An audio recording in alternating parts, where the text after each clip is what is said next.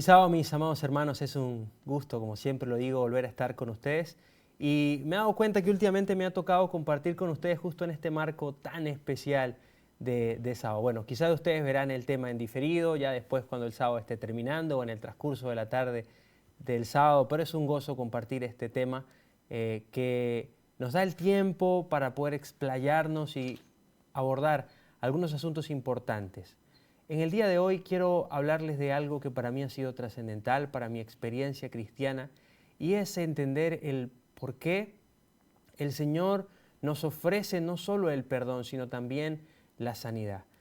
Diariamente nosotros vivimos en un conflicto en nuestros corazones, vivimos en un conflicto en nuestra mente y estamos aferrados a esta situación que nos llena de culpa, a este pecado que nos carga, que nos impide arrodillarnos, orar y sentirnos a gusto con el Señor, que nos crea una enemistad con aquel que nos ama.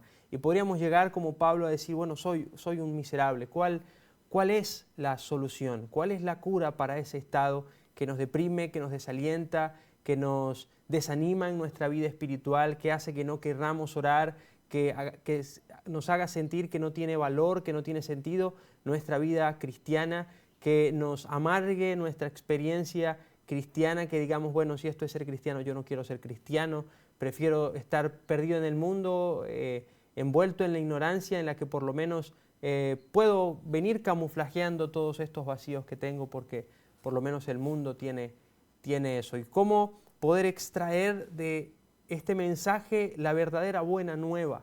¿Cuál es esa verdadera buena nueva? Así que el tema de hoy lo hemos titulado El Miserable de Romanos 7. Y vamos a comenzar en un momento muy interesante de la historia, ¿no? Ustedes pensarán, bueno, el miserable de Romanos 7, decimos eso fue en la época de Pablo. Pero yo quiero que comencemos en la época de esta imagen que ustedes están viendo allí en pantalla.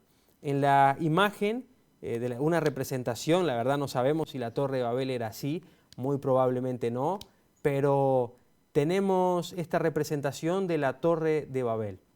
Y saben, me parece muy interesante porque luego de la Torre de Babel ocurre algo muy especial y es el llamamiento de Abraham. Si ustedes van al libro de Génesis, en el libro de Génesis ustedes encuentran antes de eso el diluvio, luego de eso otra vez la humanidad se revela, el diluvio en el que por poco y se extingue la esperanza para la raza humana, porque de los miles de habitantes que había en ese momento, en esos 1600 años que duró el mundo desde la caída de Adán hasta el diluvio, nosotros vemos que apenas solamente 8 fueron los que aún preservaban la esperanza del Evangelio.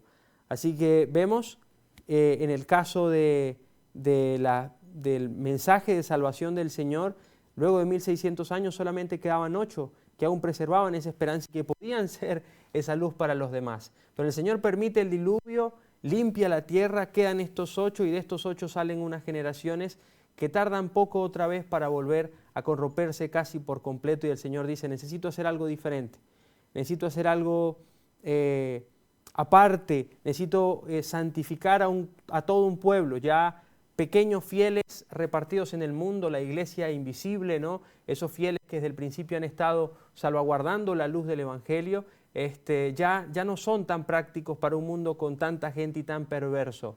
Así que necesitamos todo un pueblo, necesitamos toda una genealogía, necesitamos todo un grupo que podamos santificarlo para poder preservar dentro de ese grupo las buenas nuevas del Evangelio, lo que puede darle sentido y esperanza a la vida del ser humano. Así que el Señor llama a Abraham para seleccionar, como dice en el libro de Jeremías 2, esa semilla, esa simiente, esa generación que iba a cumplir ese propósito salvífico que iba a tener entonces la iglesia visible de Dios o el pueblo de Israel ya confirmado, el pueblo como iglesia. Así que leemos de Historia de los Patriarcas y Profetas, página 302, párrafo 3, lo que Ellen White nos dice sobre esto que estamos comentando. Así ocurrió después del diluvio. Ya libres de los castigos del Señor, los habitantes de la tierra se rebelaron de nuevo contra Él. 2 veces el pacto de Dios y sus estatutos fueron desechados por el mundo. Tanto los antediluvianos como los descendientes de Noé rechazaron la autoridad divina. Entonces Dios hizo un pacto con Abraham y apartó para sí un pueblo que debía llegar a ser depositarios de su ley. Así que eso es lo que estábamos compartiendo, lo que yo les estaba comentando, de la razón por la cual el Señor llama a Abraham, y esto está registrado justamente después de la Torre de Babel. Por eso dije, no voy a estar cada 300 años devastando el mundo para que la influencia de los fieles pueda resurgir, ¿no? Porque es tanta la maldad y tampoco los fieles que poder preservar el mensaje va a ser imposible y solo será cuestión de unas generaciones para que la esperanza se pierda por completo, ¿sí? Porque nosotros tenemos que ver el Evangelio como una antorcha de relevo, ¿no? Como algo que no puede extinguirse, como una llama que siempre alguien debe tenerla viva. Y lo que ocurría en este tiempo era que había muy pocos donde esa llama pudiera estar reavivada y pudiera estar influyendo y alumbrando y calentando al mundo. Así que el Señor aparta al pueblo de Israel como una gran lumbrera, como una gran antorcha, no compuesta de unos pocos árboles, ¿sí? De unos pocos palos, sino que estaba compuesta por muchos, sobre los cuales esa llama iba a permanecer y alumbrar. Tenemos otra cita también de Historia de los Patriarcas y Profetas, ahora página 286. De una raza de esclavos, los israelitas fueron ascendidos sobre todos los pueblos para ser el tesoro particular del rey, el tesoro peculiar del Rey de Reyes. Dios los separó del mundo para confiarles una responsabilidad sagrada. Los hizo depositarios de su ley y era su propósito preservar ante los hombres el conocimiento de sí mismo por medio de ellos. De esta forma, y escuchen que este es el objetivo de la iglesia, de esta forma la luz del cielo iba a iluminar a todo un mundo que estaba envuelto en tinieblas, y se oiría una gran voz que invitaría a todos los pueblos a dejar su idolatría y servir al Dios viviente. Así que el objetivo con el cual Dios le hace este llamado a Abraham, el objetivo con el cual Dios preserva a este pueblo, el objetivo por el cual Dios llama y levanta una iglesia, era para preservar entre los hombres el conocimiento de Dios por medio de estas personas. Era de que a través de estos la luz que descendía del cielo podría iluminar a todo el mundo que estaba envuelto en tinieblas. Y a través de estos hombres, de esta iglesia, de este grupo, tenía que levantarse un llamado de atención para que los pueblos dejaran la idolatría y adoraran al Dios viviente. Cuando nosotros vemos en la Biblia, por ejemplo, la historia de Daniel, la historia de Nehemías, la historia de José, la historia en una buena parte de David y de Salomón, vemos que este propósito se cumplió parcialmente.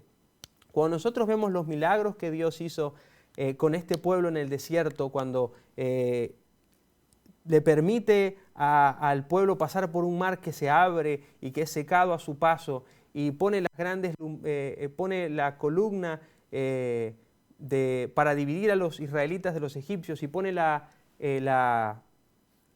cortina para taparlos del ardiente sol, y pone la columna de fuego para iluminarlos y protegerlos de noche. Todos los pueblos circundantes escuchaban esto y decían, este es Dios Jehová, es el Dios verdadero, el yo soy es el Dios verdadero. Así que para eso Dios llamó a su iglesia. Eso es lo que dice Éxodo 19, versículos 5 y 6. Y dice lo siguiente: ahora pues, si diereis oído a mi voz y guardareis mi pacto, vosotros seréis mi especial tesoro sobre todos los pueblos, porque mía es toda la tierra, y vosotros me seréis un reino de sacerdotes y gente santa. Estas son las palabras que dirás a los hijos de Israel. Así que nosotros vemos cómo el Señor aparta a través de Abraham un pueblo y comienza a preparar toda una descendencia que iba a tener el propósito luego de ser una lumbrera para el mundo, de ser la depositaria del reflejo que caía del cielo y que iba a iluminar a todas las naciones, de ser una nación que iba a invitar a dejar su apostasía. Esto era lo que Dios pretendía con el pueblo de Israel, y esto ocurre, como lo vamos a leer en la siguiente cita, en el monte Sinaí, cuando Dios entrega su ley, cuando le hace este llamado que leímos antes al pueblo de Israel. Historia de los Patriarcas y Profetas, página 275, párrafo 1. Poco tiempo después de acampar junto al Sinaí, se le indicó a Moisés que subiera al monte a encontrarse con Dios. Subió en solitario el escabroso y empinado sendero, y llegó cerca de la nube que señalaba el lugar donde estaba Jehová. Israel iba a entrar ahora en una relación más estrecha y más peculiar con el Altísimo, iba a ser recibido como iglesia y como nación bajo el gobierno de Dios. Saben, es muy interesante, y aquí hago un paréntesis, porque Dios no señala a un pueblo especial porque Él simplemente quiere tener un pueblo especial. Dios no es un Dios materialista, Dios no es un Dios esclavista. Lo de Dios no es simplemente una cuestión de consumismo, ¿no? No es, bueno, voy a tener una iglesia porque pues todos los dioses tienen una iglesia, entonces yo también quiero la mía. No, Dios tiene una iglesia y la levanta porque tiene un propósito con ella. Y cada miembro de la iglesia debe entender cuál es este propósito. Porque si nosotros no entendemos cuál es ese propósito, tampoco vamos a entender el estilo de vida que Dios ha sugerido para cumplir este propósito. La reforma pro salud, los diezmos, la reforma en el vestir, nuestra manera de hablar, nuestra manera de dirigirnos, nuestra manera de comportarnos. La misma ley fue entregada para hacer a un pueblo distintivo, para que pudiera cumplir su misión. Todo lo que nosotros hacemos desvinculados de la misión, obviamente para nosotros será una arbitrariedad.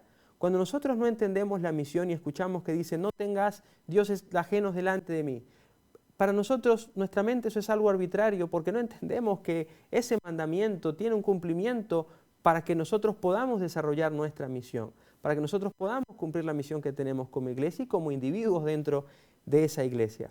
Pero en el caso de Israel, Dios los prepara, Dios los saca siendo un pueblo esclavo, siendo un pueblo apóstata, siendo un pueblo desvinculado con su ley, siendo un pueblo, y lo van a ver y lo ven ustedes a lo largo de la historia de Israel, un pueblo inclinado a la idolatría, y a ese pueblo el Señor rescata. Ya lo había apartado en el tiempo de Abraham. Ese pueblo por diferentes circunstancias había llegado a ser esclavo en Egipto, y el Señor los rescata de esa esclavitud porque el Señor no desecha tan fácil a su pueblo. Y lo lleva al Sinaí después de pasar una serie de eventos donde el pueblo pudo ver la misericordia, el poder, la omnipotencia y el supremo control de Dios sobre todo el universo y sobre todo lo que en él hay, donde el pueblo puede ver que no hay otro Dios como Él, como Dios, como Jehová, como el gran yo soy, el único. Y luego de eso el Señor le dice, bueno, yo los he traído aquí porque quiero convertirlos en un pueblo especial. Quiero hacerlos a ustedes mi especial tesoro sobre la tierra para que ustedes puedan, para por medio de ustedes poder salvar a todo el mundo, para por medio de ustedes preparar a todas las naciones para la venida del Mesías, que va a pagar por los pecados de todos, para que cuando el Mesías venga todos sepan de qué perdón se habla, para que todos sepan qué es lo que el Mesías quiere hacer con ellos, que quiere no solo estar con ustedes, que no solo quiere perdonar sus pecados, sino también quiere limpiarlos del mal. Y el pueblo de Israel dice, bueno, ¿qué tenemos que hacer? Y el Señor le dice, si oyeres hoy atentamente mi voz y guardares mi pacto, entonces cumplirás tu propósito. Y el pueblo dice, listo, claro, muy fácil, oírte y hacer lo que tú nos digas. Sí, sí, claro que sí, aceptamos. Y después el Señor les dice, bueno, voy a contarles qué trata eso de hacer lo que yo diga, ¿no? Y habló Dios todas estas palabras diciendo, no tendrás dioses ajenos delante de mí, no te harás imagen ninguna semejanza de lo que esté arriba en el cielo, ni abajo en la tierra, ni en las aguas debajo de la tierra. No te vayas a inclinar a ellos ni los honres, porque yo soy el único Jehová, aquel que te sacó de la tierra de Egipto de casa de servidumbre. No fue otro Dios, fue Jehová el que te sacó de Egipto, recuérdalo. Eso va a ser muy importante. En una semana vas a tener que recordar eso cuando Moisés esté en la montaña. ¿Sí? Decía, no tomarás el nombre de Jehová tu Dios en vano. Acuérdate del día sábado, eso es importante, el mandamiento central. Honra a tu padre y a tu madre para que tus días se alarguen, no matarás, no cometerás adulterio, no hurtarás. Y el Señor le dice, a eso me refiero yo cuando digo, si oyes mi voz. Y el pueblo dice, listo, sí, ¿dónde tenemos que poner la firma? ¿Dónde sellamos? ¿A cuántos corderitos matamos? ¿Dónde ponemos la sangre? Listo, nosotros lo vamos a hacer. Así como tú dices, nosotros lo vamos a hacer. ¿Sí? Y el Señor se muestra y aquel pueblo horrorizado dice, claro, sí, no te acerques mucho, nosotros vamos a hacerlo. Y después el Señor le descompone la ley y les dice, bueno, esos 10 mandamientos que les di, en el caso particular de ustedes se manejan de la siguiente manera, ¿no? Las leyes de sanidad, las leyes de tratamiento, las leyes de no sé qué, la conducta, el tema de la alimentación. Y el pueblo dice, sí, nosotros lo vamos a hacer. Unas semanas después ocurre esto que ustedes van a ver en pantalla. No sé si ustedes podrán relacionar este evento, esta imagen con un evento. Este es el evento que está reseñado en el libro del Éxodo, capítulo 31, parte en el capítulo 32 también, que nos habla de este episodio tan grotesco en el que, como Moisés tenía varias semanas sin aparecer, le dicen a Aarón, bueno, este hombre Moisés que nos sacó de Egipto, pues parece que se murió, se lo comería algún animal o desaparecería. Ahora necesitamos que tú nos hagas un nuevo Dios porque pues Moisés no está y que este Dios nos regrese a Egipto. Así que hacen un cordero, hacen un becerro de oro y dicen, este es Jehová tu Dios que te sacó de Egipto, de casa de servidumbre. Y yo pregunto, ¿cuál era el objetivo con el cual Dios había levantado esta iglesia? ¿Acaso el objetivo con el que Dios había levantado esta iglesia no era para que esta iglesia denunciara la apostasía y la idolatría de los otros pueblos? Para que los otros pueblos al ver a los judíos dijeran, queremos ese Dios. Ellos adoran a un único Dios y no adoran una imagen. Ellos no adoran imágenes, ni lo que está aquí en el cielo, ni al sol, ni a la luna, ni a nadie. Ellos adoran solo al Dios y ese Dios omnipotente, miren todo lo que hacen con ellos. Nosotros queremos ese Dios que los judíos tienen. El propósito con ellos era que fuera un pueblo santo, que se comportara diferente, que comiera diferente, que pensara diferente, que se vistiera diferente. Pero en este episodio, a las orillas del Sinaí, donde ellos mismos habían recibido la ley, acaban de hacer un altar y estaban haciendo un escándalo, una orgía, un desastre, al estilo de la más cruenta apostasía y idolatría que el mundo al cual Dios pretendía salvar por medio de ellos estaba. Así que yo me imagino al resto del universo y al resto de los otros pueblos circundantes al pueblo de Israel diciendo, ¿este es el pueblo que nos va a enseñar a nosotros un estilo de vida diferente? ¿Este es el pueblo que nos va a mostrar a un Dios diferente? ¿Este es el pueblo que nos va a hacer pensar cosas diferentes? ¿Este es el pueblo que va a cumplir esa misión de revelarnos a Dios? Así que si este pueblo tiene la misión de revelarnos a Dios y nos están mostrando un becerro y están adorando un becerro, entonces ese es el verdadero Dios. Cuando Moisés baja del monte, el Señor dice, yo ya no puedo estar en medio de este campamento, porque los destruiría. Y ocurre esta intercesión tan maravillosa, y si ustedes se dan cuenta, esta intercesión en la que Moisés entra con Dios y en la que Dios le dice, voy a destruir a todo este pueblo pagano y apóstata, porque este pueblo no puede cumplir su misión. Voy a hacer de ti una gran nación y por medio de tu generación yo voy a cumplir la misión que le encomendé a este pueblo. Y Moisés dice, mira Señor, cuando tú sacaste este pueblo de Egipto, a todas las naciones se les dijo que este era tu particular tesoro sobre la tierra. Tú dijiste y los otros pueblos vieron el poder con el que tú te manifestaste. Los otros pueblos vieron lo que tú hiciste. También saben que a este pueblo se le llamó para que fuera tu pueblo especial. Y tú has dicho que por medio de este pueblo tú vas a llevar sanidad y salvación a todas las naciones. ¿Qué van a decir todas las otras naciones si tú los destruyes? Por favor, piénsalo. Y el Señor reconviene con Moisés y le dice, mira, este episodio le demuestra a ellos, no a Dios, Dios no necesita demostraciones, Él lo sabe todo, pero lo demuestra al pueblo que la única manera en que ellos pueden cumplir su misión y su propósito como iglesia es que yo pueda hacer un trabajo con ellos primero. Ellos no están listos todavía. No se construye una casa si no hay albañiles, si no hay ingenieros. Y el Señor dijo, y en este pueblo no hay albañiles y no hay ingenieros. No hay gente santa. En este pueblo no hay, a diferencia de algunos pocos, quienes puedan cumplir esa misión. Así que, Moisés, vamos a hacer algo. Este pueblo necesita entrar a la universidad, le dice Dios. Y vamos a hacer una carrera universitaria con este pueblo para prepararlos y que ellos puedan cumplir su misión. Y esa carrera universitaria que ellos van a hacer, por supuesto esto es un ejemplo, esto es una analogía, es la escuela de la santificación. Yo necesito que este pueblo pase por la universidad de la santificación y que ellos al final salgan graduados como gente santa, pueblo adquirido por Dios que pueda cumplir su propósito. Ellos no pueden hacerlo. Ahora, la manera en cómo vamos a educar a este pueblo es a través de lo siguiente. Historia de los Patriarcas y Profetas, página 388, párrafo 3. Los israelitas no percibían la pecaminosidad de su propio corazón y no comprendían que sin Cristo les era imposible guardar la ley de Dios. Y con excesiva premura concertaron su pacto con Dios. Creyéndose capaces de ser justos por sí mismos, declararon: haremos todas las cosas que Jehová ha dicho y obedeceremos. Habían presenciado la grandiosa majestad de la proclamación de la ley y habían temblado de terror ante el monte, y sin embargo, apenas unas pocas semanas después, quebrantaron su pacto con Dios al postrarse a adorar una imagen fundida. Así que el principal problema que el pueblo tenía es que ellos no percibían la pecaminosidad de su propio corazón. Y la única manera de que un hombre pueda percibir la propia pecaminosidad de su corazón no es mirándose a sí mismo y no es mirando a otro hombre, porque un hombre que se mira a sí mismo, que mira a otro, lo único que puede ver es pecado, porque es lo único que el hombre puede reflejar, pecado. Así que el Señor dijo: ellos necesitan ver algo diferente para que sean conscientes de su pecaminosidad, porque ver su pecaminosidad los va a preparar para ser una nación santa.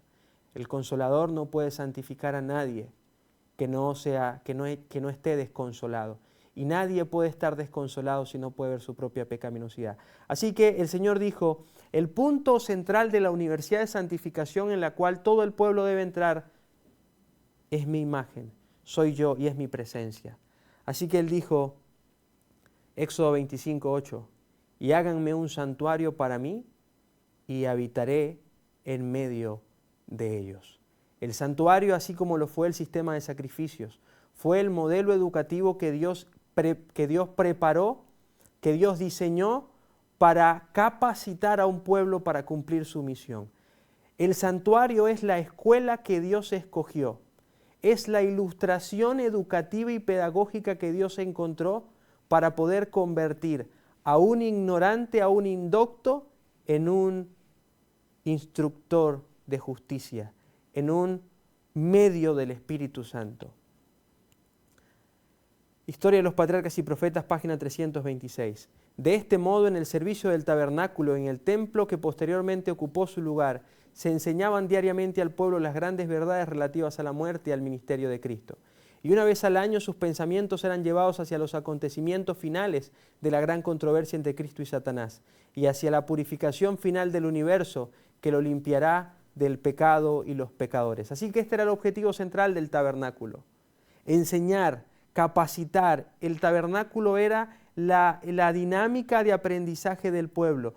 Todo lo que el Señor necesitaba enseñar, todos los pasos para llevar a una nación esclava, apóstata e idólatra a ser un pueblo santo, estaba contenido en el tabernáculo. Así que el camino del pueblo judío comenzaba dándole la espalda a Egipto, porque para entrar al tabernáculo, la puerta del tabernáculo estaba de espaldas al sol y de espaldas a Egipto. Y esa era la primera materia de ese pensum educativo que el Señor necesitaba desarrollar con su pueblo. Lo primero, para entrar al santuario, tienes que cortar tu cordón umbilical con Egipto. Debes dejar las ollas de Egipto atrás. Debes dejar las cosas que aprendiste en Egipto atrás. Debes dejar sus imágenes sensuales atrás. Debes de dejar su manera de percibir el matrimonio atrás. Debes dejar la manera en que Egipto come atrás. Debes darle la espalda por completo a Egipto. Por completo. Para poder entrar a la escuela de Dios, tienes que darle la escuela a Egipto. No puedes venir de 8 a 6 a la escuela de Dios y de 6 a las 8 del día siguiente volver a Egipto. No funcionaba. La escuela de Dios era un internado, era todo el día, era 24/7 todos los días del año. No era tan sencillo como, bueno, voy a entrar a la escuela y después voy a salir y voy a seguir en Egipto. Tenías que darle la espalda y luego tenías el altar. Tenías que poner todo. Porque salir de Egipto no significa que Egipto ha salido de ti. Así que tú necesitabas poner todo en el altar. Esa era la siguiente materia. Si le dabas la espalda a Egipto, pasabas a la siguiente materia. El siguiente módulo era entrega, ofrendar, sacrificar, poner todo sobre la asa para que el Señor pudiera santificarlo. Que todo ascendiera a Dios. Decirle, Señor, toda mi vida es tuya. Hay muchas cosas en mi vida por resolver, pero toda mi vida es tuya. Y el pueblo de Israel tenía que pasar uno a uno así las fases: el lavabo, la mesa de los panes en el lugar santísimo, la el altar del incienso, el candelero, el candelabro y todas las demás cosas, todos los demás muebles que había en el tabernáculo eran una materia que el pueblo tenía que pasar. Y ese servicio tenía clases todos los días. Todos los días el pueblo de Israel debía estar inmiscuido en ese programa educativo en el que Dios había diseñado para poder llevarlos a la santificación. Así que durante todo el día este hombre llevaba el cordero. Durante todos los días las familias podían ver a ese cordero que era llevado. Durante todos los días esas familias podían pasar por la mesa de los panes, podían ver, y entender la mesa de los panes, entender lo que pasaba en el atrio, entender lo que pasaba en el altar del incienso y entender lo que pasaba después en el Santísimo. Y esto era respaldado con muchas otras cosas. La nube era parte del programa educativo, la columna de fuego era parte del programa educativo. Los sacrificios diarios por el pecado eran parte del programa educativo, ¿sí? El maná era parte del programa educativo. Que no se les desgastaran las sandalias era parte del programa educativo. Dios estuvo 40 años con este pueblo en un intensivo para convertir a un pueblo apóstata e idólatra en un pueblo santificado.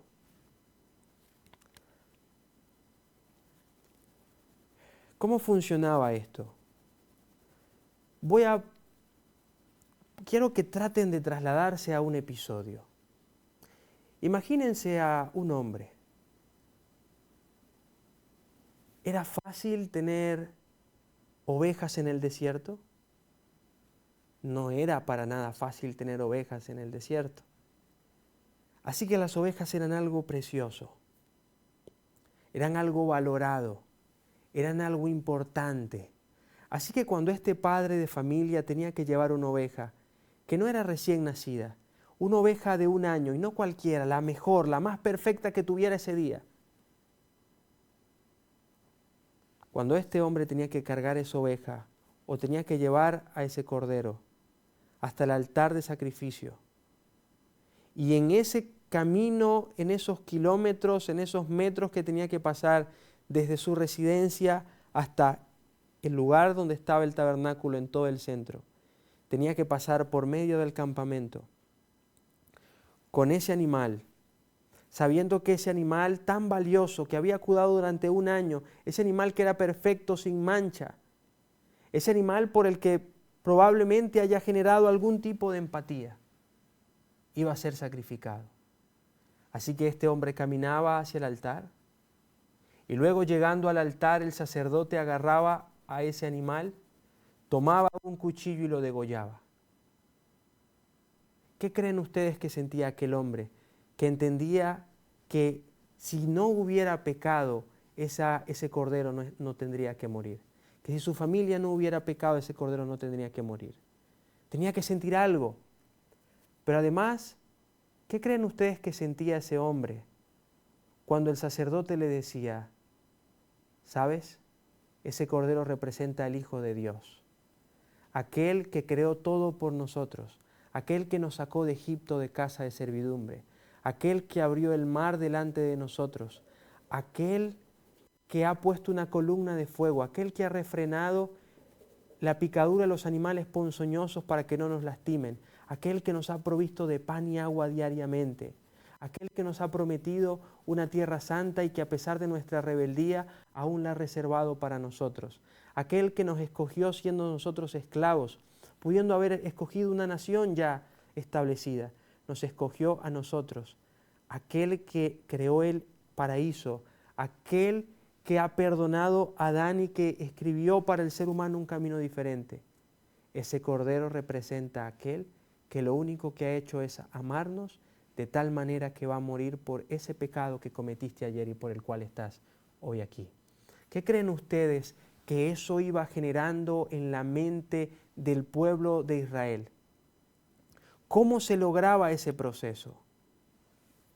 Ver a ese hombre cargando ese cordero y ver a ese cordero inocente y perfecto muriendo, tan inocente por algo que él no había cometido. Historia de los Patriarcas y Profetas, página 54, párrafo 2, nos puede dar una pequeña demostración de lo que el Señor pretendía a través de los servicios del santuario. Para Adán el ofrecimiento del primer sacrificio fue una ceremonia muy dolorosa. Tuvo que alzar la mano para quitar una vida que solo Dios podía dar. Por primera vez iba a presenciar la muerte y sabía que si hubiera sido obediente a Dios no le habrían conocido el hombre ni las bestias.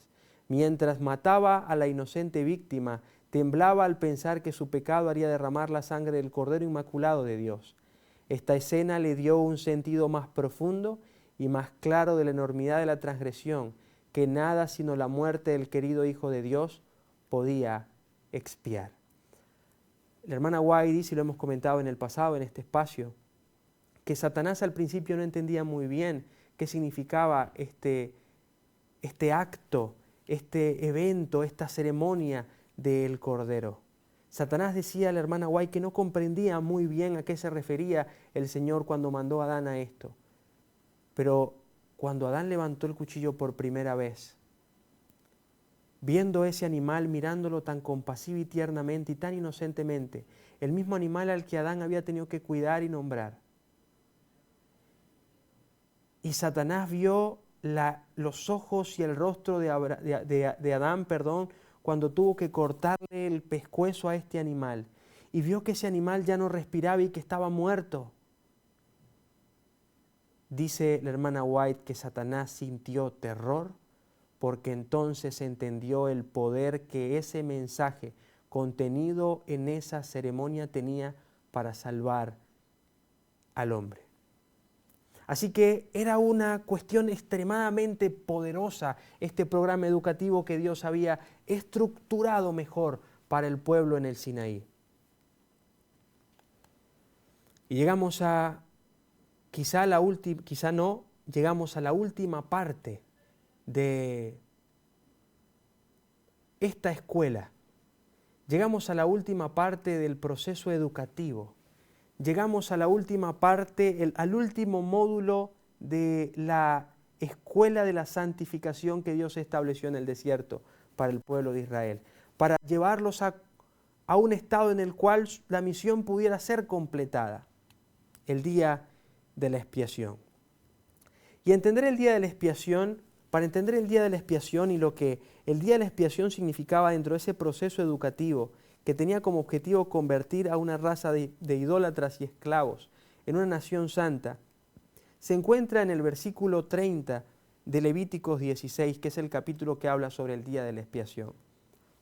Y dice así: en este día se os reconciliará para limpiaros, y seréis limpios de todos vuestros pecados delante de Jehová. La mayoría de ustedes entiende qué ocurría en el día de la expiación y qué era el día de la expiación. El día de la expiación se celebraba en el día 10º del mes séptimo, que era para el pueblo judío más o menos casi siempre lo que para nosotros es el mes de octubre, porque el mes judío comienza en marzo con la Pascua. Así que el mes séptimo del 10º día ocurría algo. Durante todo el año, los pecados del pueblo habían sido pasados del hombre del pecado del confesor al animal que era sacrificado, del animal que era sacrificado a través de su sangre era pasado al santuario. Los pecados no se borraban entonces, salían del hombre. Los pecados eran cubiertos durante ese año por la sangre del Cordero, pero los pecados no desaparecían. Los pecados simplemente eran trasladados del pecador al Cordero y del Cordero al santuario. Pero una vez al año, el día 10º del mes séptimo, ocurría algo que se llamaba la limpieza y la purificación del santuario. Y era cuando el sumo sacerdote por fin podía entrar en el lugar santísimo y esos pecados eran purificados y eran sacados del santuario y eran enviados a través del macho cabrío de Azazel al desierto. Esa fiesta es la fiesta que se conoce como el Yom Kippur, o el Día de la Expiación, o el Kippurim. La enciclopedia judía nos dice cuál era el objetivo de esa fiesta. La enciclopedia judía en el tomo 2, página 281, nos dice lo siguiente. Los primeros 10 días de Tisri llegaron a ser Tisri es el 7º mes, llegaron a ser los 10 días de penitencia del año destinado a producir un cambio perfecto del corazón y hacer a Israel como criaturas recién nacidas, alcanzándose la culminación en el día de las expiaciones, en el cual el mayor don de la religión, la misericordia perdonadora de Dios, era ofrecida al hombre. Esto está en la Enciclopedia Judía, en el tomo 2, en la página 281. Así que el día de la expiación tenía el objetivo de quitar el pecado del pueblo. Y al quitarlo del pueblo era limpiando el santuario, y por medio de esto limpiando a todo el pueblo, quienes eran los que habían llevado esos pecados al santuario. Así que esto funcionaba así. Este hombre durante un año había estado confesando sus pecados a través del ritual del cordero. Y había llevado su cordero. Y su cordero había hecho propiciación por sus pecados. Y los pecados de este hombre o de su familia habían pasado al santuario. Y así toda la congregación lo hacía. ¿Saben? Es importante entender que el calendario judío, que las fiestas judías y las propias cuestiones del santuario tienen, por así decirlo, dos dimensiones, ¿no? Por ejemplo, si nosotros leemos 2 de Corintios 3:18, nos dice lo siguiente: por tanto, nosotros todos, mirando a cara descubierta como en un espejo la gloria del Señor, somos transformados de gloria en gloria en la misma imagen, como por el Espíritu del Señor. Esto es lo que quería revelar, esto es lo que tendría que pasar en el Yom Kippur. Esta enemistad, lo que dice, y pondré enemistad entre ti y la mujer, y entre tu simiente y la simiente suya. Esta te herirá en la cabeza y tú le herirás en el calcañar. Y esta era la prueba final, esta era la parte final del modelo educativo que el Señor estaba trabajando con el pueblo. Así que durante el año que pasaba estas personas, este pueblo tenía que ir y confesar sus pecados y ver a través del Cordero y de la muerte del Cordero lo horrible del pecado. Y ver cómo un inocente iba a morir por esa cosa tan cochina y tan podrida que era el pecado, y decir: yo no quiero pecar más. Yo quiero deshacerme de este pecado. Yo quiero dejar que este pecado se vaya y yo ya no quiero tener absolutamente nada que ver con este pecado. Durante el año el objetivo de las ceremonias, de las fiestas y de todo lo que Dios hacía era generar una enemistad entre el hombre y el pecado. Era que el hombre, cuando tuviera la oportunidad, no volviera a ser una estatua y decir: este es Jehová tu Dios que te sacó de Egipto. El propósito de ese año, de ese proceso educativo en el santuario, era llevar al hombre a tener un odio profundo por aquello que cometía y que mataba al Cordero inocente, que representaba a Jesús, quien le daba todo. Ese era el objetivo. Así que al final del año llegaban a la prueba. Ya habían pasado todo el año de fiestas, ya había pasado todo el año de lecciones, ya había pasado todo el año de enseñanza. Y el día de la expiación, la última fiesta de las ceremonias del pueblo de Israel, tenía el objetivo de sellar ese programa educativo. ¿Y qué mejor hacerlo con esta imagen de todo el pueblo inclinado en tierra, pidiéndole al Señor que por favor perdone sus pecados, que por favor limpie todas sus culpas? Así que tenemos a este pueblo que había pecado durante un año, que había hecho lo malo y que por medio de la sangre del Cordero habían remitido sus pecados al santuario. Pero los pecados estaban en el santuario. ¿Saben? Quiero que sigan imaginándose a este hombre. Quiero que miren algunas de las cabezas que ven en esta imagen, algunos de estos hombres, y quiero que tomen a uno de ellos. Y quiero que se imaginen a este hombre cuando el año judío comenzaba, llevando su ofrenda. Y este hombre pecaba, o su familia pecaba y llevaba al Cordero. Y mientras este hombre llevaba al Cordero hasta el lugar del altar, iba pensando en ese pecado tan horrible que lo hacía culposo y por el cual el Cordero debía morir. Así que este hombre llevaba al Cordero por ese pecado que había cometido y lo dejaba ante el altar. Veía cómo lo mataban, veía cómo por medio de la muerte de este Cordero sus pecados eran pasados al santuario y podía regresar a casa con dolor, pero podía regresar a casa con esperanza, porque ya no regresaba a casa sin el Cordero, es cierto, pero regresaba a casa también sin sus pecados. Así que este hombre llegaba con la gratitud, por el camino que Dios había establecido para el perdón de sus pecados. Y llegaba a su casa sintiéndose perdonado, profundamente reflexivo, y mientras estaba reflexionando algo pasaba en su casa y él gritaba a su mujer y la trataba mal o a sus hijos y decía, volví a pecar. Al día siguiente volví a llevar otro cordero, volví a pedir perdón por sus pecados, volví a llevarlo caminando, volví a pensar y a reflexionar en su actitud, volví a decir, pero ayer pedí perdón por esto, tengo que pedir perdón otra vez por esto. ¿Será que me pueden perdonar? Y llegaba y el sacerdote le decía, remite tus pecados al cordero. Y después el cordero era degollado y la sangre de este cordero iba a parar al lugar santo. Iba a parar al tabernáculo. Iba a parar a los edificios del lugar santo y el lugar santísimo. Y este hombre otra vez regresaba a su casa. Y 2 días después este hombre volvía a gritarle a su esposa y volvía a tratar mal a sus hijos. Así que este hombre volvía a llevar su cordero. Y el mismo proceso pasaba una y otra y una y otra y otra y otra vez.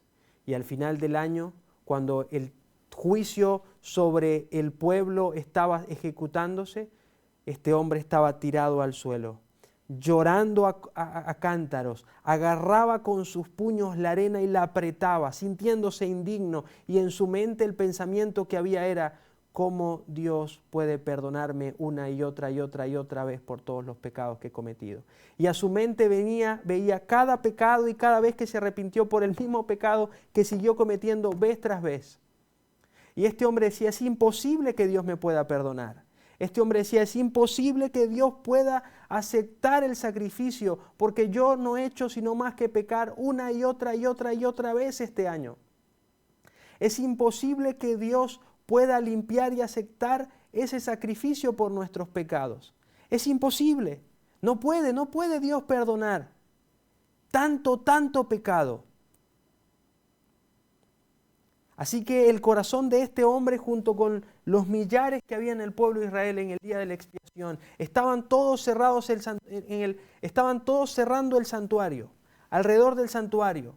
Y cada vez que escuchaban la campana decía, en algún momento va a dejar de sonar la campana, que indica que el sumo sacerdote aún está vivo. Estos hombres, me imagino yo, que tirados al suelo decían, es que es imposible, es muy difícil que Dios pueda perdonarnos. Es muy difícil que de verdad Dios pueda remitir los pecados que hemos cometido una vez y otra vez y otra vez. En cualquier momento el sumo sacerdote va a morir. En cualquier momento el sumo sacerdote va a dejar de sonar la campana. Y seguían escuchando la campana y se seguían aferrando al suelo y decían, Señor, perdónanos. Yo sé que ha sido muy grande el pecado, pero por favor, perdónanos. Era un día de angustia y de intenso conflicto. Había una pugna en estos hombres. Había una pelea en todo este pueblo. Había una situación en el corazón que hacía que su corazón se partiera, que su mente se atribulara. Porque por más misericordioso que sea el Señor, decían, no puede perdonarme tantas veces. Así que este día, el día de la expiación, en medio de esta pelea tan compleja, en medio de esta pelea tan dura, en medio de esta pelea tan difícil, en la que todo lo lógico indicaba que el sacerdote iba a morir porque no había una razón por la cual el sacrificio fuera aceptado. Cuando el sacerdote salía vivo, este pueblo se tiraba en llanto y en adoración y decía, Señor, es incomprensible tu misericordia perdonadora. Señor, yo no quiero pasar más por esto. Señor, yo no quiero seguir pecando. Yo no quiero seguir sintiendo esto que sentí durante este día. Este dolor tan inmenso al ser consciente de cuánto había pecado, de cuán podrido, de cuán sucio, de cuán miserable estoy. Señor, yo no quiero volver a pecar. Gracias por limpiarnos. Gracias por perdonarnos. Gracias porque esos pecados se irán del campamento y nunca más regresarán. Y el campamento está limpio, Señor. Qué bien es estar limpio y sentir tu presencia como la siento ahora. Por favor, yo no quiero pecar más, Señor. Eso ocurría en el día de la expiación. Yo no sé si ustedes han experimentado eso alguna vez. Si alguna vez en su vida les ha pasado que han sentido el perdón del Señor y han dicho, me siento limpio. Yo no sé cómo se sintieron ustedes luego de emerger del agua del bautismo. Yo no sé si cuando emergieron sintieron ese poder vivificante del Espíritu Santo diciéndoles, estás limpio. Así que la fiesta terminaba. Este hombre regresaba a su casa suspirando, mirando al cielo y cantándole al Señor y diciendo, uy Señor, gracias. Gracias por perdonarme. Tú eres tan amoroso, tú eres tan misericordioso. Gracias, Señor. Gracias porque estamos limpios. Ya esos pecados que te estuve confesando durante todo el año ya fueron expiados, ya están perdidos. No hay rastro de él porque hasta quienes llevaron al Cordero al desierto se limpiaron, se bañaron antes de entrar al campamento. Ya no hay ningún rastro de eso. Gracias porque el sumo sacerdote no murió. Como no ha muerto ningún sumo sacerdote porque tú siempre has aceptado el sacrificio. Porque el sacrificio es perfecto. Y este hombre llegaba a su casa, terminaba la escuela para ese hombre. Había visto cómo el profesor, el sumo sacerdote en representación del maestro salía y decía, han pasado la prueba. Y llegaba a su casa, se sentaba con su familia, comenzaban a hablar y a alabar el nombre de Dios, y de repente su esposa llevaba la comida a la mesa y cuando la iba llevando se tropezaba y se caía.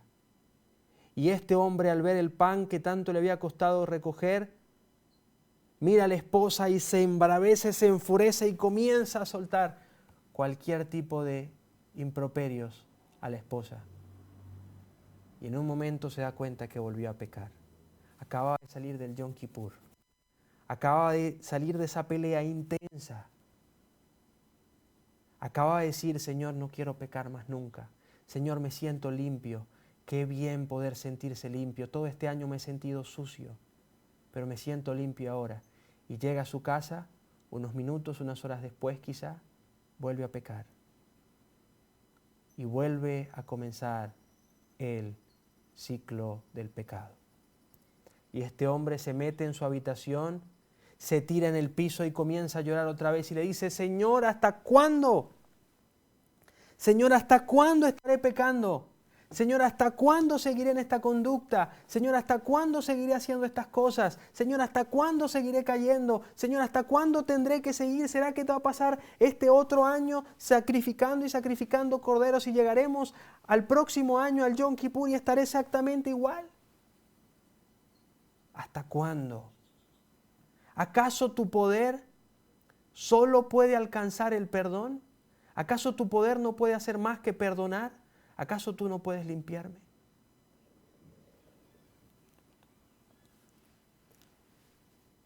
Quiero que miren esto que está en pantalla. Este es el dilema del miserable de Romanos 7. Yo creo que el día de la expiación y lo que ocurría después del día de la expiación nos ayuda a entender lo que Pablo dijo en Romanos 7. Porque lo que hago no entiendo, pues no hago lo que quiero. Yo no quiero pecar, yo no me quiero seguir sintiendo así de culpable. Yo no quiero llegar a la noche y tener miedo de orar o tener vergüenza de orar o tener temor e incomodidad de orar porque soy un pecador. Sino lo que aborrezco es lo que hago. De manera que yo no soy quien hace aquello, sino el pecado que mora en mí. Y yo sé que en mí, esto es en mi carne, no mora el bien. Porque el querer el bien está en mí, pero no hago eso que quiero. Así que queriendo yo hacer el bien, hallo esta ley, que el mal está en mí. Veo otra ley en mis miembros que se revela contra la ley de mi mente y que me lleva cautivo a la ley del pecado que está en mis miembros. ¡Miserable! Yo soy un miserable. ¿Quién puede librarme no solo de la culpa? ¿Quién puede librarme de este cuerpo miserable de muerte que solo quiere pecar?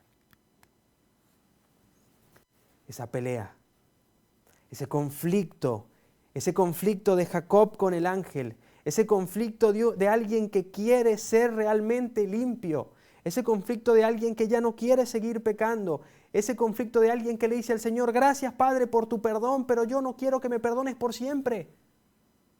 Yo quiero que me limpies por siempre. Ahora fíjense algo.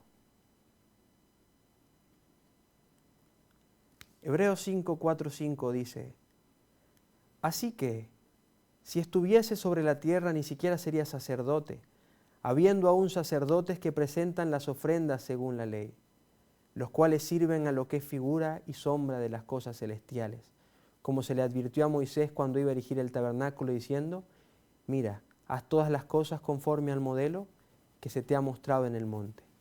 Este versículo quiere decir que el día de la expiación, si bien tenía una aplicación temporal y particular para el pueblo de Israel, también tiene una aplicación celestial. Es decir, que el día de la expiación que se practicaba en el pueblo de Israel fue también tomado del modelo de algo que Moisés vio, que es trascendental. ¿Qué quiere decir esto?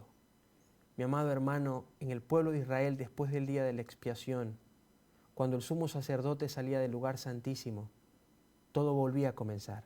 La universidad volvía a comenzar y el pueblo otra vez volvía a entrar a las mismas materias. El Señor al final del día de la expiación decía: listo, ya entendieron esta parte. Ok, no es suficiente. Toca volver a empezar. Muchas más cosas que ustedes necesitan comprender.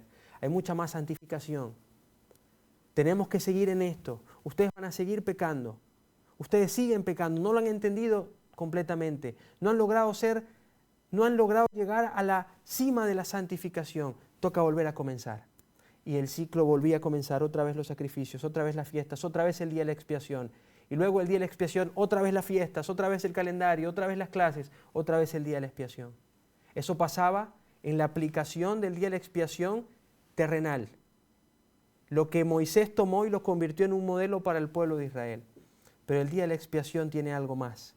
Tiene una aplicación trascendente en la que, por supuesto, no va a volver el ciclo a comenzar. El día de la expiación, dice la hermana Guay en Seguridad y Paz, en el conflicto de los siglos, página 533, dice: ahora estamos viviendo en el gran día de la expiación. Así que el modelo que Moisés vio y del cual tomó para sí, para su pueblo, el día de la expiación, se está cumpliendo en nuestros días. Nosotros estamos viviendo en ese mismo día que el pueblo de Israel vivía una vez al año. Pero saben, a diferencia del pueblo de Israel, nosotros no volveremos a comenzar. ¿Y cuál es el propósito entonces del día de la expiación nuestro? ¿Acaso si es un modelo, no tiene como objetivo lo mismo que tenía el día de la expiación que se detalla en Levíticos 16:30? ¿Acaso el objetivo del día de la expiación que estamos viviendo nosotros ahora, si le creemos a la hermana White, y tenemos que creerle, porque si nosotros no creemos que estamos viviendo en el día de la expiación, nada de nuestra teología adventista tiene sentido. La base de la doctrina adventista se centra en lo que nosotros creemos del día de la expiación y del juicio final. Si nosotros no creemos en que estamos viviendo ahora el día de la expiación, no podemos ser adventistas, es imposible. Y si nosotros creemos que estamos viviendo en el día de la expiación, tenemos entonces que creer que el objetivo que tenía el día de la expiación en el tiempo de los judíos es el mismo objetivo que tenemos nosotros hoy. ¿Y cuál es eso según Levíticos 16:30? En este día se os reconciliará para limpiaros, y seréis limpios de todos vuestros pecados. ¿Saben? A diferencia de en el tiempo judío, en este día que estamos viviendo nosotros, cuando el sumo sacerdote salga del lugar santísimo, no volverá a entrar. No habrá otro sacrificio, no habrá otro cordero, no habrá otro pecado para perdonar. Nosotros estamos viviendo el día de la expiación y según lo que creemos eso indica que nuestro sumo sacerdote está hoy en el lugar santísimo. Cuando el sumo sacerdote salga del lugar santísimo, ya no podrá haber una solución para el pecador. Ya no habrá otro cordero, ya no volverá a comenzar otra vez el ciclo, ya no habrá haber otro sacrificio, ya no habrá otra intercesión. Por eso Apocalipsis 22:11 dice: el que es injusto sea injusto todavía, y el que es inmundo sea inmundo todavía, y el que es justo practique la justicia todavía, y el que es santo santifíquese todavía. Y en el día de la expiación había algo muy claro, algo muy sencillo de entender. Cuando el sumo sacerdote salía del lugar santísimo, el juicio ya había concluido. Cuando el sumo sacerdote salía del lugar santísimo, los que iban a ser cortados del pueblo ya habían sido definidos quiénes iban a ser. Y los que iban a ser perdonados también. Así que el proceso de purificación no se puede hacer después. En cuanto al pueblo, este objetivo que nos dice Levíticos 16:30 de reconciliar para limpiarlos y hacernos limpios de todos nuestros pecados, no pueden ocurrir después de que el sumo sacerdote salga. Esto tiene que ocurrir ahora mientras el sumo sacerdote está en el lugar santísimo. Porque cuando el sumo sacerdote salga del lugar santísimo, entonces dirá, bueno, el que es limpio ya es limpio y el que es sucio ya es sucio. Por eso Apocalipsis 14:4 dice, hablando de los sellados, dice, estos son los que no se contaminaron con mujeres, pues están blanqueados, están limpios, son puros, son vírgenes. Estos son los que siguen al Cordero por donde quiera que va. Estos fueron redimidos de entre los hombres como primicias para Dios y para el Cordero. Lo único, mis queridos hermanos, que detiene el desenlace final de este conflicto es que el sumo sacerdote entiende que aún este grupo no está preparado, que el grupo de los sellados, de los limpios, no está listo. Por eso dice la Biblia, todavía no hagan daño a la tierra y al mar, no hagan daño, no comiencen con los eventos que se desencadenarán en el fin de los tiempos, porque todavía el grupo de los limpios no está limpio, porque aún el grupo no está completo, porque aún no se ha podido manifestar por completo el milagro más grande que el Señor va a hacer por la humanidad, limpiar a los pecadores. Ahora, quiero saltarme algunas cosas, porque quiero que respondamos a la pregunta final. ¿Por qué Dios necesita hacer este proceso de limpieza antes de salir del lugar santísimo? ¿Por qué Dios necesita esta purificación? El santuario y su servicio de M.L. Andreasen nos dice, la demostración que Dios se propone hacer con la última generación en la tierra significa mucho, tanto para el pueblo como para Dios. ¿Puede realmente observarse la ley de Dios? Cuando se consideran todas las cuestiones de la observancia de los mandamientos, el problema asume grandes proporciones.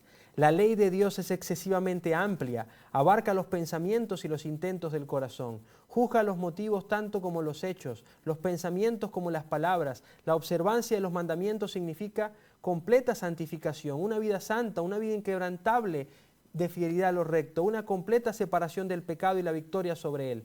Bien puede el hombre mortal exclamar, ¿quién es suficiente para estas cosas? Y esta es la razón. Consejos para la Iglesia, página 641. ¿Por qué el Señor necesita que este sellamiento ocurra?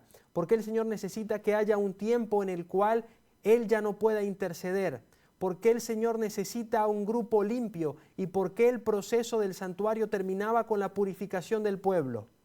Satanás insiste delante de Dios en sus acciones contra ellos. Declara que por sus pecados han perdido el derecho a la protección divina y reclama el derecho de destruirlos como transgresores. Los declara tan merecedores como él mismo de ser excluidos del favor de Dios. ¿Son estos, dice, los que han de tomar mi lugar en el cielo y el lugar de los ángeles que se hundieron conmigo? Mientras profesan obedecer la ley de Dios, ¿han guardado sus preceptos? ¿No han sido amadores de sí mismos más que de Dios? ¿No han puesto sobre sus propios intereses antes que su servicio? ¿No han amado las cosas del mundo? Mira los pecados que han señalado su vida. Contempla su egoísmo, su malicia, su odio mutuo. Los hijos de Dios han sido deficientes en muchos respectos. Satanás tiene un conocimiento exacto de los pecados que Él los indujo a cometer y les presenta de la manera más exagerada declarando, ¿me desterrará Dios a mí y a mis ángeles de su presencia y sin embargo recompensará a aquellos que han sido culpables de los mismos pecados? Tú no puedes hacer esto, Dios, le dice Satanás, con justicia. Tu trono no subsistirá en rectitud y juicio. La justicia exige que se pronuncie sentencia contra ellos. Y Satanás le dice a Dios, ¿cómo puedes tú meter al cielo gente pecadora? ¿Cómo puedes tú meter gente al cielo que ha hecho lo mismo que yo hice cuando tú me expulsaste a mí del cielo?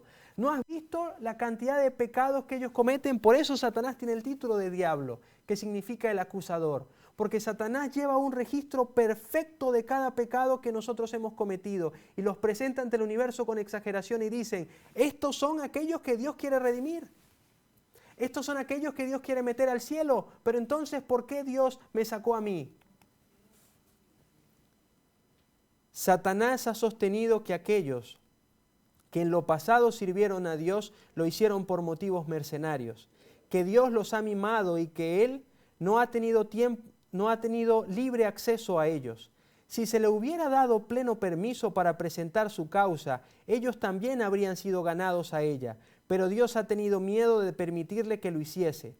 Dame una oportunidad justa, dice Satanás, y yo ganaré. Así que Satanás presenta el caso ante el universo delante de Dios y le dice, tú has sido injusto, tú has mimado a esta gente. ¿Acaso no lo has perdonado vez tras vez y cada vez que han pecado tú los has perdonado? Porque tu ley no puede ser guardada, porque tú los perdonas porque eres egoísta y porque sabes que si no los perdonas quedas mal delante del universo. Tu perdón es producto de tu egoísmo, porque tú los perdonas porque sabes que su ley no puede ser guardada. ¿Acaso no es el pecado tu culpa, Dios?, le dice Satanás. ¿Por qué todos los hombres pecan? Tú mismo lo dices, revisa tu palabra, hay un versículo que dice que todos pecaron, todos pecan. ¿Por qué pecan? Porque tu ley es inguardable, porque nadie puede guardar tu ley, por ende todos tienen que pecar. Y por eso tú tienes que perdonarlo siempre.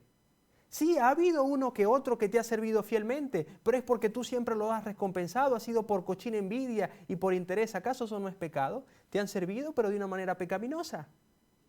Porque tú dices, bueno, pero es que lo hicieron de motivos santos, pero ¿cómo sabe el universo que fueron motivos santos? Si el corazón solo lo puedes escudriñar tú. Así que tu juicio, Dios, es injusto y no importa si tú los perdonas. Tu perdón lo que significa es que ellos no pueden guardar la ley, que ellos no pueden vivirse tu perdón y que tu poder nunca va a hacer que ellos dejen de pecar. Tu poder solo puede limitarse al perdón, no a la santificación. Porque la santificación es imposible, porque la santificación implica guardar tu ley y tu ley no puede guardarte. Sin embargo, es la tarea que Dios se ha propuesto y que Él espera realizar. Cuando Satanás lance la declaración y el desafío, nadie puede guardar la ley, es imposible. Si hay alguno que pueda hacer lo que haya hecho, muéstramelo. Y Satanás le pregunte a Dios abriendo los brazos y delante del universo le diga, ¿dónde están los que guardan los mandamientos? Muéstramelos. Muéstrame dónde están los que guardan los mandamientos de Dios. Entonces Dios dirá, luego de salir del santuario, luego de salir del Santísimo, luego de que el pueblo haya vivido sin intercesión y aún se mantengan puros y limpios, dirá, aquí está la paciencia de los santos. Tú me preguntas que dónde están los que guardan los mandamientos de Dios, Satanás, y va a señalar a un grupo y dirá, aquí están. Aquí están los que guardan los mandamientos de Dios y viven con la fe de Jesús. ¿Has pedido una prueba? Aquí está este grupo. Este grupo es una prueba de que tú estás equivocado. Y así, a fin de acallar para siempre las acusaciones de Satanás, para hacer evidente que su pueblo le sirve por motivos de lealtad y derechos sin relación con la recompensa, para limpiar su propio nombre y carácter de las acusaciones de injusticia y arbitrariedad, para demostrar a los ángeles y a los hombres que su ley puede ser observada por los hombres más débiles en las circunstancias más desalentadoras y difíciles, Dios permite a Satanás que pruebe a su pueblo hasta lo sumo. Dios hace una cosa más. Aparentemente se oculta. El santuario celestial se cierra. Los santos claman a Dios día y noche por liberación, pero Él aparenta no oír. Los escogidos de Dios están pasando por el Getsemaní. Prueban un poco de lo que experimentó Cristo durante aquellas 3 horas en la cruz. Aparentemente deben pelear su batalla solo. Deben vivir sin intercesor a la vista de un Dios santo. Dios ha reservado su mayor demostración para la última generación, la más contaminada de la historia.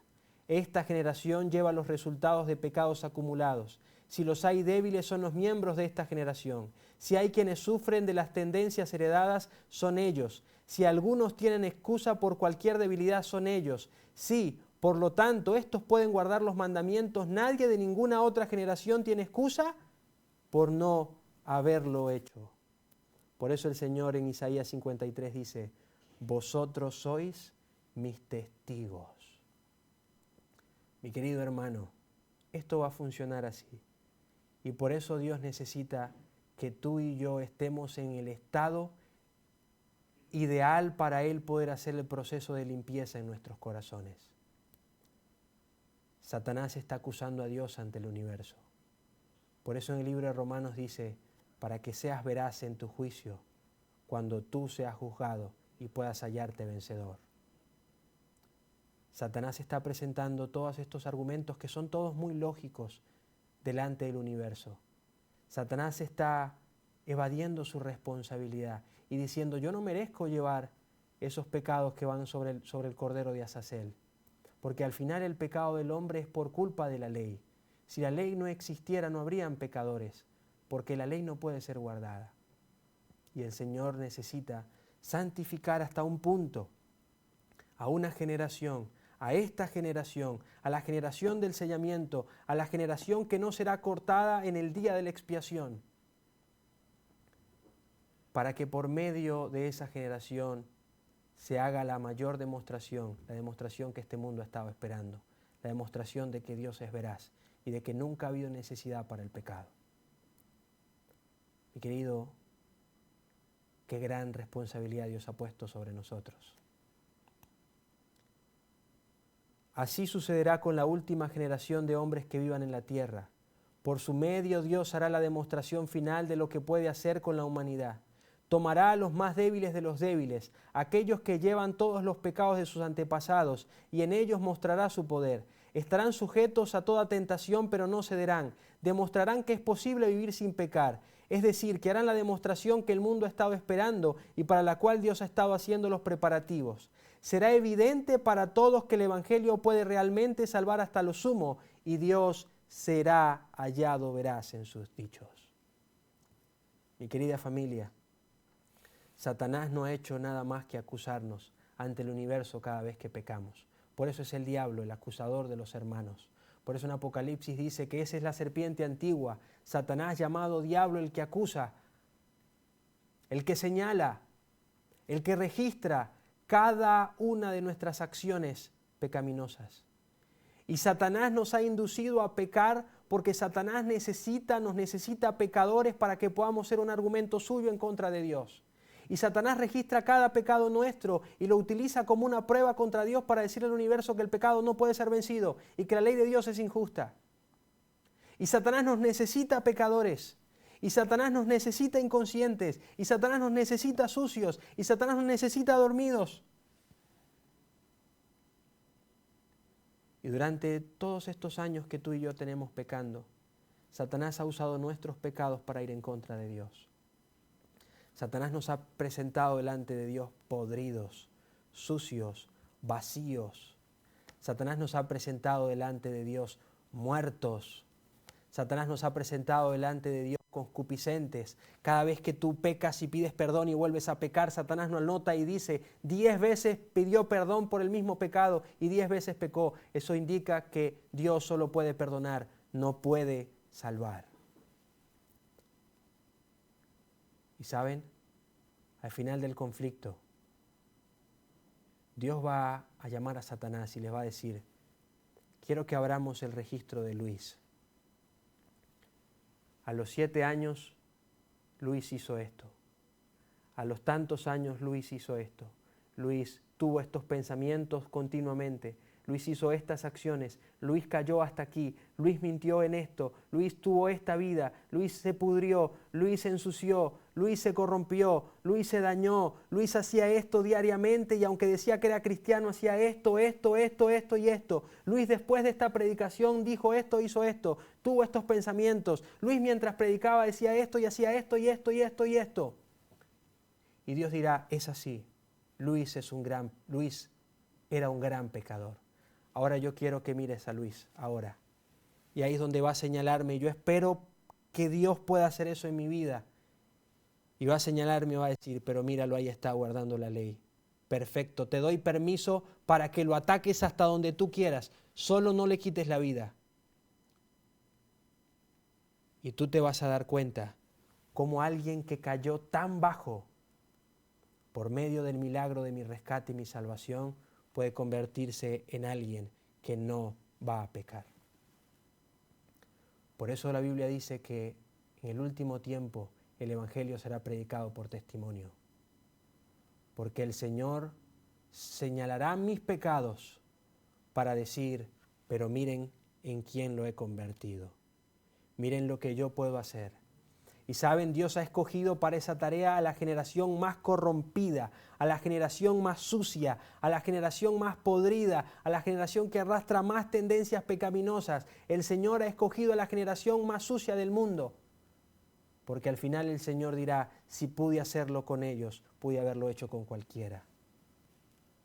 Aquí están ellos, pecadores, grandes pecadores, pero que ahora guardan la ley, que ahora guardan el testimonio, que ahora tienen la experiencia de fe de Jesús. ¿Saben? Quiero terminar con la parábola del hijo pródigo. El hijo pródigo estaba tan engañado. El hijo pródigo nunca entendió quién era el padre, sino hasta cuando se fue. El hijo pródigo pecó hasta lo sumo. El hijo pródigo se engañó hasta lo sumo. El hijo pródigo despilfarró hasta lo sumo los dones del Padre. El tiempo, el dinero, el estatus. Pero un momento, un día, en el que el hijo pródigo dijo, miserable de mí, ¿quién puede librarme de este cuerpo de muerte? Y en ese momento el Espíritu Santo puso una imagen en su mente a modo de respuesta y le dijo, quien puede liberarte de ese cuerpo de muerte es el Padre. Pero esa es una parte de la historia. La otra parte de la historia es la del Padre. El Padre había sido rechazado diariamente. El Padre había sido tan maltratado por su Hijo. Y después que el Hijo se fue, al día siguiente el Padre salió a su puerta. Y durante toda esa tarde estuvo pensando en su Hijo y esperando a que volviera. Y el Hijo el primer día no volvió. Pero al siguiente día el Padre volvió a salir. Y al siguiente día el Hijo tampoco volvió. Estaba en una conducta pecaminosa. Y así ocurrió el tercer día, y el cuarto, y el quinto, y el sexto, y el primer mes, y el segundo mes, y el primer año. Todos los días el Padre a la puerta de su casa esperando que el hijo pródigo regresara. Y el hijo pródigo pecaba. Y el otro hijo, el que sí estaba en casa, y los siervos, me imagino yo que miraban al Padre y decía, este señor está loco. ¿Por qué aún lo espera? ¿Por qué aún lo insiste?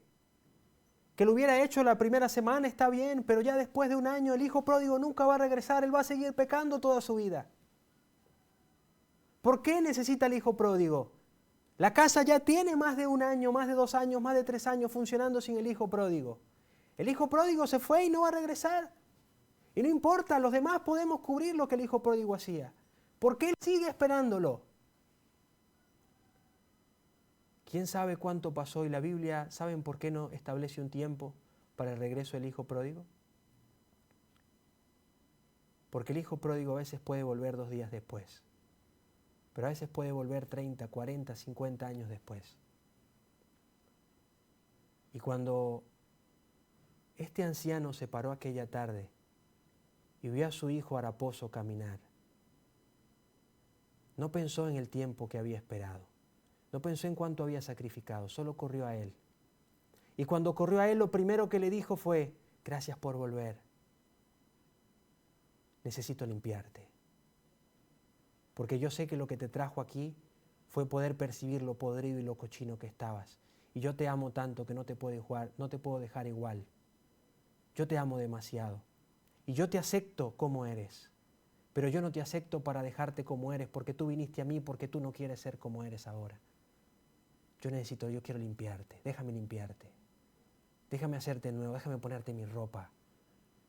Y yo quiero presentarte ante el universo, ante mis hijos, ante los siervos, y decirte, ¿vieron que volvió? ¿Vieron que Él prefirió regresar? ¿Se dieron cuenta que en algún momento Él podía regresar y que la espera y el sacrificio era adecuado, era correcto? Mi querido hermano, Dios te ama mucho para dejarte como eres. Dios te ama tanto. Él no quiere solo recibirte. Él te acepta, claro que sí. Y Él te acepta podrido como estás. Y te acepta porque sabe que tú no puedes cambiarlo. Pero Él no te acepta para dejarte así. Y al final, mi querido hermano, lo que va a poner fin a este conflicto es ese momento en el que el Señor pueda decir, les quiero presentar al que estaba podrido y ya no está. Les quiero presentar a aquel que he esperado por tantos siglos. Les quiero presentar a aquel por el cual envié a mi Hijo. Les quiero presentar a aquel por el cual sacrifiqué tanto. Les quiero presentar al que se fue una vez y estuvo lejos por un tiempo, pero regresó para estar siempre conmigo. Mi querido hermano, hay solución porque Dios nos ama. No importa cuánto hayas caído, no importa cuánto estés pecando, no importa cuán bajo hayas llegado, Dios puede limpiarte hasta lo sumo y tiene que limpiarte hasta lo sumo. Si tú se lo permites, arrójate a Él, permite que Él te muestre el lodagal cenagoso en el que estás, la miseria en la que vives. Muchos dicen que el peor momento del hijo pródigo era cuando estaba deseando comer de los puercos. No. El peor momento del hijo pródigo es cuando estaba lleno de dinero y amigos y no sentía la necesidad de un Salvador. Pero el inicio del mejor momento para el hijo pródigo fue cuando estaba tirado ahí en ese charco deseando comer de la comida del puerco. Porque en ese momento la imagen del Padre pudo estamparse en su mente y él pudo encontrar la respuesta del miserable de Romanos 7. ¿Quién podrá librarme de este cuerpo de muerte? Gracias doy a Dios por Jesucristo. Vamos a orar. Padre, gracias por tanto amor y tanta misericordia. Gracias por hablarnos continuamente y gracias por expresar de tal manera y con tal magnitud, Señor, tu poder restaurador. Gracias por llamarnos para formar parte de esta última generación que al mostrarnos, Señor, como tú nos has hecho, podremos, Señor, vindicar tu nombre. Por el milagro que habrás hecho en nuestras vidas, Señor, el universo podrá conocer que tu amor puede hacer cumplir la ley y que tu ley puede restaurar, Señor, al hombre a tu imagen. Acompáñanos en este camino duro, Señor, en donde sea que estemos. Guárdanos, protégenos y encamínanos hacia tu santificación. Porque deseamos, Señor, en esta hora poder ser señalados por ti cuando tengas que decir aquí están. Gracias, Señor, por tu infinito amor en el nombre de Jesús. Amén.